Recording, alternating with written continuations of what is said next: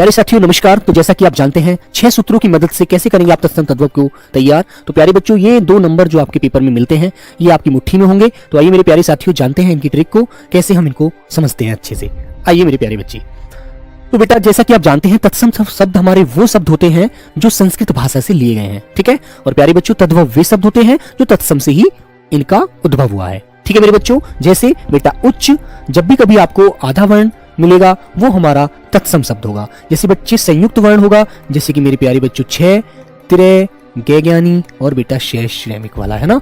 तो ये सभी हमारे तत्सम शब्दों के अंदर आता है। फिर प्यारे साथी आप जानेंगे कि जो हमारे बेटा चंद्र बिंदु वाले वर्ण शब्द होते हैं वे सभी शब्द हमारे तद्भव होते हैं, ठीक है। जैसे बच्चों ऊंचा और बेटा जैसे आपको दिख रहा है इकट्ठा, ठीक है ना। ऐसे जो शब्द हमारे साधारण शब्द होते हैं वे सब सभी हमारे क्या होते हैं, तद्भव होते हैं, है ना। तो बेटा अंधेरा, जैसे आपको दिख रहा है अंधेरा है तो अंधेरा आप जनरल बोलते हैं, सामान्य भाषा में आपकी में आता है तो अंधेरा भी तद्भव होगा। आइए तो प्यारे बच्चों कुछ सूत्र हैं हमारे 6 जिनसे आप समझेंगे कि हम तत्सम तद्भव को कैसे पहचान सकते हैं। देखो बेटा जब भी किसी वर्ण में आपको 6 नजर आएगा तो वह शब्द प्यारे साथी हमारा क्या होगा, तत्सम होगा, ठीक है। देखो पक्षी यहां देखेंगे आप तो 6 है बेटा, इसका 6 बन जाता है, 6 छाता वाला है ना। तो बेटा तत्सम में 6 मिलेगा और तद्भव में आपको ख या 6 मिलेगा। तो ये अंतर आपको सभी शब्दों के माध्यम से देखना है। जैसे बेटा भिक्षा, भीख, लक्ष्मण, लखन, अक्षर, अक्षर, ठीक है, अक्षी, आंख। तो बोलने से ही व्यक्त हो जाता है कि हमारा कौन सा शब्द तत्सम है कौन सा तद्भव है। तो और भी प्यारे बच्चे जानेंगे आगे आप हम।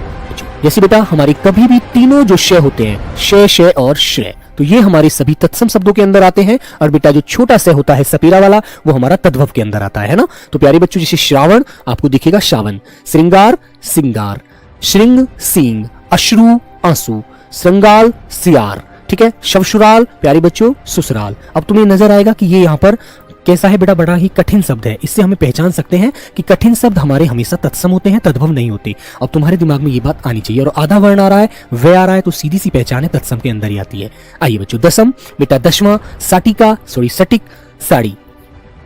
तो बच्चों जब भी आपको वे मिलेगा प्यारे बच्चों वो बे के अंदर बदला हुआ मिलेगा। वे वाले शब्द हमारे सभी तत्सम होते हैं और प्यारे बच्चों बे वाले शब्द हमारे तद्भव होते हैं, ठीक है। तो आइए बच्चे जो बच्चों चंद्र बिंदु जहां भी लगा मिलता है, जब हमारा चंद्र बिंदु जहां भी लगा मिलेगा वो प्यारे बच्चों हमारा तद्भव होगा। चंद्र बिंदु नहीं मिलेगा वो हमारे तत्सम शब्द होंगे, ठीक है ना। और प्यारे साथी तत्सम के ऊपर बेटा हमारा अनुस्वार आता है, ये भी आपको ध्यान रखना है, ठीक है। आइए बच्चों आगे की ट्रिक और जानते हैं।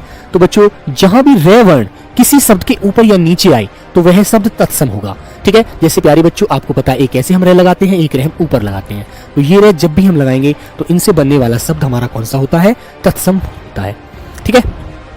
तो बच्चों ये आप अच्छे से समझ सकते हैं। जैसे बहुत सारे शब्द हमने आपकी प्रैक्टिस के लिए दिए हैं तो आप लोग बहुत अच्छे से इन्हें जान पाएंगे। फिर प्यारे बच्चों ये त्रय और प्र का प्रयोग भी तत्सम के अंदर ही होता है। जैसे बच्चे कुपुत्र, चित्रक, रात्रि, राजपुत्र, शूत्र, तत्र, ठीक है। ऐसे ही बेटा प्रिय, प्रथम, प्रहर, प्रेरणा, पृष्ठ, प्रावण, ठीक है। ये शब्द आपको आपके अभ्यास के लिए देखने को मिल जाएंगे, ठीक है मेरे प्यारे साथी। तो बेटा यही थी हमारी एक छोटी सी ट्रिक जिसके माध्यम से आप तत्सम तद्भव का ज्ञान बहुत अच्छे से कर सकते हैं, ठीक है साथियों। तो सभी को जय हिंद जय भारत।